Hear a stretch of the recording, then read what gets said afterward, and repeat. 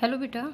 अभी तक हमने 3 एक्सपेरिमेंट किए जिनके थ्रू ये चीज़ प्रूव हो गई थी कि हमारा जो जेनेटिक मटेरियल होता है वो कौन होता है, डीएनए होता है ना। कि जो हमने लास्ट एक्सपेरिमेंट किया था ये कौन सा किया था, बैक्टीरियोफेज का किया था, जो कि कंडक्ट किया गया था हर्शे और चेज के थ्रू।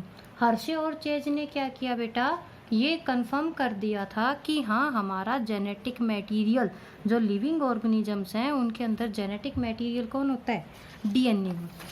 ठीक है, अब इतना करने के बाद में जो चीज़ें आती है वो आती है कि एक्चुअल में ये डीएनए क्या होता है, कैसा इसका स्ट्रक्चर होता है। आपको जो ये पैराग्राफ दिख रहा है एलिमेंट्री की बुक में होगा। हालांकि अगर हम बोर्ड के अकॉर्डिंग चलेंगे तो इसमें से मुश्किल से कोई 1 या 2 क्वेश्चन आते हैं, लेकिन आपके जो एंट्रेंस एग्ज़ाम, मेडिकल अगर एंट्रेंस एग्ज़ाम की बात करेंगे तो यहाँ से मोस्ट इम्पॉर्टेंट टॉपिक है ये उसके अकॉर्डिंग, क्योंकि यहाँ से जो क्वेश्चंस आते हैं वो आते हैं साइंटिस्ट के नेम पे। और डीएनए के अंदर किसने एक्सपेरिमेंट किया, क्या एक्सपेरिमेंट किया, वो सारा का सारा इस पैराग्राफ के अंदर है। क्लियर। तो जब हम सबसे पहले बात करेंगे, देखो 1928 में, है ना, जो सबसे पहला एक्सपेरिमेंट हुआ था वो कब हुआ था, 1928 में हुआ था, जो कि किया था ग्रिफिथ ने। फिर 44 में हुआ, फिर 52 में हुआ, अलग अलग टाइम पे मतलब होते रहे थे जिन्होंने कि ये चीज़ प्रूव करते गए थे कि एक लिविंग ऑर्गेनिज्म का जेनेटिक मटेरियल एक्चुअल में होता क्या है।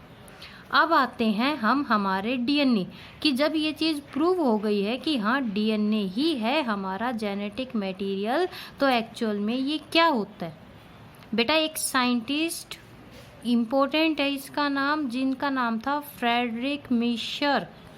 फ्रेडरिक मिशर ने 1869 में जो पस सेल्स होती हैं वहाँ से न्यूक्लिक एसिड्स को निकाला था, लेकिन वो खुद ही नहीं जानते थे कि उसने किस चीज़ को निकाल लिया।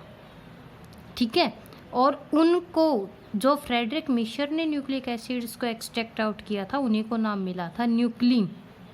एक और साइंटिस्ट की बात आती है जिनका नाम था हर्टविग। हर्टविग ने ये चीज़ बताई, क्योंकि मिशर को तो पता ही नहीं चला था कि एक्चुअल ने उन्होंने कितना बड़ा काम किया है।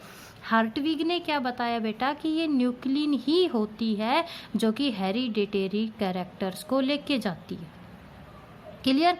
और जो ये न्यूक्लिन्स होती हैं ये होती है एसिडिक। ठीक है, क्लियर। कैसी होती है, एसिडिक होती है, इसलिए इनको नाम मिला था न्यूक्लिनिक एसिड, और फिर इनको नाम मिला न्यूक्लिक एसिड। तो आपके बोर्ड के अंदर एमसीक्यू वगैरह में कई बार ये क्वेश्चन आ रखा है कि जो न्यूक्लिक एसिड है वो किसने नाम दिया, किसने एक्सट्रैक्ट आउट की, वो फ्रेडरिक मिशर था जिसने कि सबसे पहले इनको न्यूक्लिन नाम दिया। डीएनए को न्यूक्लिन नाम किसने दिया, ये क्वेश्चन आपके दोनों जगह आता है, एंट्रेंस एग्जाम में भी और इसके अंदर भी।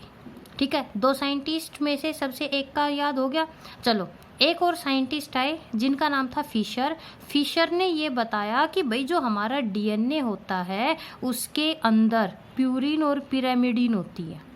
ठीक है, जो वो न्यूक्लिक एसिड है वो 2 चीज़ों से मिलके बनी हुई है जिनको कि हम बोलते हैं प्यूरिन और पिरामिडिन। क्लियर। ये एक्सपेरिमेंट चलते रहे। एक साइंटिस्ट और था लेवन। लेवन ने ये देखा कि जो डीऑक्सीराइबोज न्यूक्लिक एसिड है, जो डीएनए होता है, उसमें 2 चीज़ें होती हैं, फॉस्फोरिक एसिड और राइबोज शुगर। क्लियर। कि फॉर एग्जांपल ये हमारा डीएनए का स्ट्रैंड है बेटा, तो इसमें ये बताया गया था कि देखो जो ये डॉट डॉट डॉट जो मैं बनाने की लग रही हूँ ये तो होते हैं प्यूरिन और पिरामिडिन बेस पेयर, और जो ये एक सीडी लगा लो, ठीक है, सीडी का जो ये बेस रहता है ये किसका बना हुआ रहता है, फॉस्फोरिक एसिड का और राइबोज शुगर का। यानी कि उसको क्या कौन बेस दे रहा है, डीऑक्सीराइबोज शुगर और फॉस्फोरिक एसिड। ये 11th क्लास में हमने बहुत अच्छे से किए थे। 1950 में इस साइंटिस्ट का नाम फिर से इम्पोर्टेंट है, शरगाफ एक साइंटिस्ट था, और शरगाफ ने ये बताया कि जो प्यूरिन और पिरामिडिन की अमाउंट होती है डीएनए में वो इक्वल होती है। ठीक है, 2 मेन साइंटिस्ट आए अभी तक, फ्रेडरिक मिशर आया है, शरगाफ आया है, और अब आती है एक और साइंटिस्ट के बाद, एस्टबेरी। एस्टबेरी ने सबसे पहले एक्स रे डिफ्रैक्शन के थ्रू ठीक है, डीएनए के स्ट्रैंड को जब देखा बेटा तो ये पता चला कि हमारा जो डीएनए है उसका जो डिस्टेंस है, ठीक है, जो ये न्यूक्लियोटाइड्स एक दूसरे से सेपरेट है उनके बीच का डिस्टेंस कितना है 0.34 नैनोमीटर। 1953 में विल्किन और फ्रैंकलिन, मोस्ट इम्पोर्टेंट, एम्स में ये क्वेश्चन पूछा गया है कि विल्किन और फ्रैंकलिन ने एक्सरे जो फोटोग्राफी थी वो कब की, 1953 में विल्किन और फ्रैंकलिन ने बेटा डीएनए का एक्सरे फोटोग्राफ तैयार किया और उस फोटोग्राफ ने ये बता दिया कि जो डीएनए वो हेलिक्स है। हेलिक्स का मतलब है रस्सियाँ, ठीक है, हमारी जो चारपाई वगैरह होती है गाँवों में उसमें दो रस्सियाँ आपस में उलझी हुई रहती है ना, कि उनको सेपरेट नहीं कर सकते। सिमिलर वे में हमारा जो डीएनए होता है वो ऐसा ही होता है, देखो इस वे में कि डीएनए इस तरह डबल हेलिक्स, देखो एक हेलिक्स तो ये हो गई और एक हेलिक्स हो गई ये, इस तरह रहता है और इसकी जो चौड़ाई, ठीक है, इसका जो डायामीटर होता है वो रहता है 2 नैनोमीटर। क्लियर। विल्किन और फ्रैंकलिन ने जब एक्सरे फोटोग्राफी की तो ये बता दिया कि ये डबल हेलिक्स होता है जिसकी विड्थ होती है 2 नैनोमीटर और एक टर्न मतलब ये देखो इस वे में है तो एक बार ये घुमा, इसकी जो हाइट यानी कि ये जो लंबाई होती है ये होती है 34 आर्मस्ट्रॉन्ग। क्लियर। कितनी होती है 34 आर्मस्ट्रॉन्ग, या जिसको कि हम 3.4 नैनोमीटर के नाम से जानते हैं और एक के अंदर 10 बेस पेयर होते हैं। अब और भी इस एक्सरे फोटोग्राफी के ऊपर एक्सपेरिमेंट चलते रहे और अगले इम्पोर्टेंट साइंटिस्ट आए वॉटसन एंड क्रिक। वॉटसन और क्रिक ने पहला सबसे एक्यूरेट डबल हेलिकल मॉडल दिया डीएनए का। यही रीजन था विल्किन, वॉटसन और क्रिक को 1962 में नोबेल प्राइज मिला। उसके बाद 1953 में वॉटसन और क्रिक ने हमारे डीएनए का 3D मॉडल तैयार किया और उन्होंने ये बताया कि जो डीएनए है वो डबल हेलिक्स होता है और जो इसकी साइडें होती हैं, ठीक है, जो इसका बेस रहता है वो तो बनाती है शुगर और फॉस्फेट ग्रुप और इसके बीच के अंदर प्रेजेंट रहते हैं नाइट्रोजन बेस पेयर्स। क्लियर बेटा। अब नाइट्रोजन जब बेस पेयर की बात आती है तो मैंने आप लोगों को 11th में भी समझाया था कि दो होते हैं, कौन कौन, प्यूरिन और पिरामिडिन, है ना। प्यूरिन भी दो होती हैं, एडेनाइन, ध्यान है, और इसके अलावा ग्वानाइन, दूसरी होती है साइटोसिन और थाइमिन। तो प्यूरिन और जो पिरामिडिन है वो एक दूसरे के साथ क्या करती है, बाइंड अप करती है। फिर ये सारी चीज़ें चलती रही। अब जो नेक्स्ट चीज़ आती है वो आती है टाइप ऑफ डीएनए, ठीक है। ये क्या होता है डीएनए का एक्चुअल में, हम अब आगे इसको और करेंगे। बेटा वॉटसन और क्रिक ने जो डीएनए का मॉडल बताया था वो बताया था बी डीएनए। बी का मतलब होता है बैलेंस्ड, और जो ये डीएनए होते हैं ना लिविंग ऑर्गेनिजम्स के अंदर, ये डीएनए होते हैं 5 टाइप के। कौन कौन से, ए, बी, सी, डी और जेड, ठीक है। आपको यहाँ पर दिख रहा होगा कहीं पर लिख रखा है राइट हैंड, लेफ्ट हैंड, इनका क्या मतलब है। देखो स्पाइरल, मान लो वो राइट साइड से शुरू हो रही है या वो लेफ्ट साइड से शुरू हो रही है, ठीक है, इसलिए हम इनको क्या बोलते हैं, लेफ्ट हैंडेड या फिर राइट हैंडेड के नाम से जानते हैं। सारे के सारे डीएनए राइट हैंडेड होते हैं, सिर्फ जेड डीएनए होता है जो कि लेफ्ट हैंडेड होता है। सबसे पहला डिफरेंस समझ में आ गया।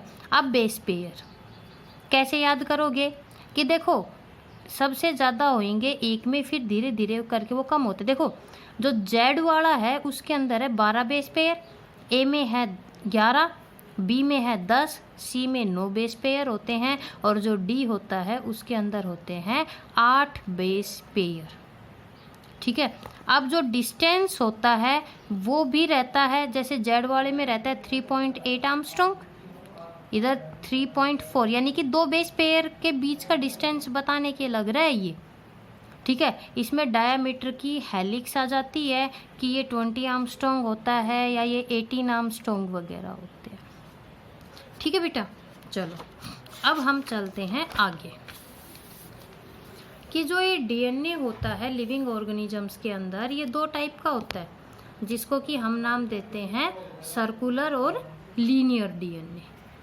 कि जो प्रोकैरियोट्स रहते हैं उनका डीएनए होता है सर्कुलर, और जो यूकैरियोट्स होते हैं उनका डीएनए होता है लीनियर। ये थी बिल्कुल सिंपल सी बात। ये इम्पोर्टेंट है। शरगाफ 1950 में एक साइंटिस्ट जिसका नाम था शरगाफ, उसने डीएनए की कंपोजिशंस वगैरह की, और ये शरगाफ के रूल आते हैं 3 नंबर में आपके बोर्ड के अंदर और वैसे भी। शरगाफ ने क्या बताया था कि जो प्यूरिन और जो पिरामिडिन होती है, ठीक है, हमारा जो डीएनए है वो 3 चीज़ों से मिलके बना हुआ है। 11th में हुआ था nitrogen base pair, phosphate group, और इसके अलावा शुगर यानी कि कार्बोहाइड्रेट। अगर वो डीएनए है तो वो जो शुगर रहेगी वो कौन सी रहेगी? Deoxy ribose sugar. और अगर वो आरएनए है तो वो जो शुगर होती है वो कौन सी होती है बेटा? राइबोज शुगर होती है। क्लियर? ये जो बीच में होते हैं इनको हम नाम देते हैं नाइट्रोजन बेस पेयर्स। अब जो ये नाइट्रोजन बेस पेयर्स होते हैं यही 2 टाइप के होते हैं। कौन कौन से? पहला है जिसको कि हम बोलते हैं प्यूरिन, और दूसरे जिसको कि हम बोलते हैं पिरामिडिन। क्लियर? जब हम प्यूरिन और पिरामिडिन की बात करेंगे तो जो प्यूरिन होती हैं वो 2 होती हैं, एडेनाइन और गुआनाइन। ये होती है साइटोसिन और थाइमिन। और डीएनए के अंदर जो प्यूरिन होती है वो पिरामिडिन के साथ बाइंड होती है। कैसे? कि जो ये एडेनाइन है 2 हाइड्रोजन बॉन्ड के साथ थाइमिन से जुड़ती है, और जो गुआनाइन होती है वो 3 हाइड्रोजन बॉन्ड के साथ इससे जुड़ती है। प्यूरिन एक दूसरे से इसलिए नहीं जुड़ती क्योंकि अगर प्यूरिन से जुड़ जाएंगी यानी कि ये इस तरह कॉम्बिनेशन हो जाएगा तो डीएनए ज़्यादा थिक हो जाएगा, और अगर ये कॉम्बिनेशन हो जाएगा तो डीएनए ज़्यादा थिन हो जाएगा। और मैंने बताया डीएनए का जो डायमीटर होता है वो कितना होता है? 2 नैनोमीटर। ये कारण है बेटा कि प्यूरिन और जो पिरामिडिन है एक दूसरे के साथ जुड़ती हैं। ठीक है? तो शरगाफ का जो रूल था उसका जो सबसे पहला पॉइंट आया वो क्या आया? वो यही आया कि जो प्यूरिन और जो पिरामिडिन होती हैं वो इक्वल होती है। प्यूरिन 2 है, देखो नाइट्रोजन बेस पेयर, ऐसे कंपाउंड जिसमें क्या है? नाइट्रोजन है। तो प्यूरिन कौन कौन है? एडेनाइन और गुआनाइन, और पिरामिडिन है थाइमिन और साइटोसिन। समझ गए पहला रूल? A+G = T+C। चलो दूसरा उसने क्या बताया कि जो मोलर अमाउंट होती है, ध्यान से सुनना, जो मोलर अमाउंट होती है एडेनाइन की वो थाइमिन के इक्वल, A और T और G और C की। A की मोलर अमाउंट T के इक्वल होती है और G की मोलर अमाउंट C के इक्वल होती है। दैट ये ठीक है। उसके बाद शुगर जो डीऑक्सीराइबोज है, फॉस्फेट, वो इक्विमोलर का मतलब हमारे डीएनए में आगे पीछे नहीं है। एक बार शुगर, फिर फॉस्फेट, फिर शुगर, फिर फॉस्फेट, फिर शुगर, फिर फॉस्फेट, फिर शुगर, फिर फॉस्फेट, यानी कि ये अरेंजमेंट रहता है जो कि चलता रहता है। 80 बहुत कम चांसेस है कि जो 80 रहेंगे they are rarely equal to G और C। इन दोनों के जरूरी नहीं है एक दूसरे के इक्वल रहे। और इसके अलावा A+T / G+C वेरिएबल है, लेकिन एक स्पीसीज के लिए ये कांस्टेंट है। एक स्पीसीज के लिए कांस्टेंट कैसे है? एग्जांपल बताती हूँ। हम ये कहते हैं ना कि हमारा 99.9% डीएनए ऐसा है जो क्या है? अलग है, लेकिन सेम है। 0.1% डीएनए है जो कि हमारा सेम है। देखो मैन के अंदर A+T / C+G का जो रेशियो होता है हमेशा वो कितना होता है बेटा? 1.5।